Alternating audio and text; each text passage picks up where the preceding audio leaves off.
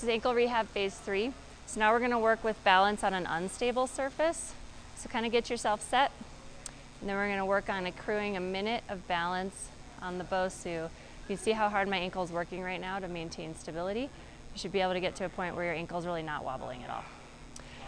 And then we're going to use a band to work through some strength.